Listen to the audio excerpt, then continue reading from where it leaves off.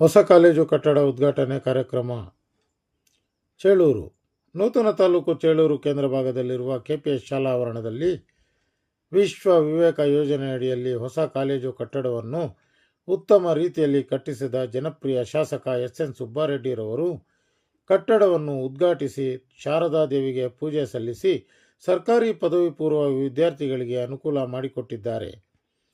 ಕಾರ್ಯಕ್ರಮದಲ್ಲಿ ತಹಶೀಲ್ದಾರ್ ಬಿ.ಕೆ. ಶ್ವೇತಾ ಹಾಗೂ ಗ್ಯಾರಂಟಿ ಯೋಜನೆಗಳ ಅಧ್ಯಕ್ಷ ಹಾಗೂ ಮಾಜಿ ಮಂಡಲ್ ಪ್ರಧಾನರಾದ ಪಿ.ಆರ್. ಚಲಂ, ಕಾಲೇಜು ಪ್ರಾಂಶುಪಾಲ ಶಂಕರ್ ರೆಡ್ಡಿ, ಇಒ ರಮೇಶ್, ಡಿಎಸ್ಎಸ್ ಜಿಲ್ಲಾ ಸಂಚಾಲಕ ಕಡ್ಡೀಲು ವೆಂಕಟರಮಣ ರವರು ಸೇರಿದಂತೆ ವಿವಿಧ ಇಲಾಖೆಗಳ ಅಧಿಕಾರಿಗಳು, ಶಾಸಕ ಹಿತೈಷಿಗಳು, ಕಾರ್ಯಕರ್ತರು ಕಾರ್ಯಕ್ರಮದಲ್ಲಿ ಹಾಜರಿದ್ದರು.